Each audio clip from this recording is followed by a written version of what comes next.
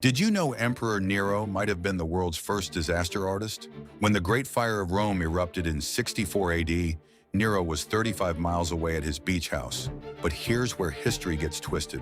Everyone thinks he fiddled while Rome burned. Problem is, fiddles didn't exist yet. He actually rushed back to help coordinate relief efforts for 6 straight days. But then something darker happened.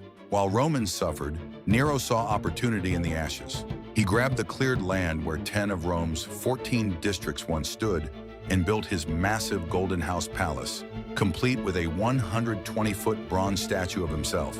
Romans weren't stupid. They suspected he started the fire on purpose. And when Nero needed someone to blame, he pointed at the Christians. What followed was horrifying. The first systematic persecution began. Christians were burned alive as human torches to light Nero's garden parties. Sometimes the line between artistic vision and monstrous ambition is thinner than we think.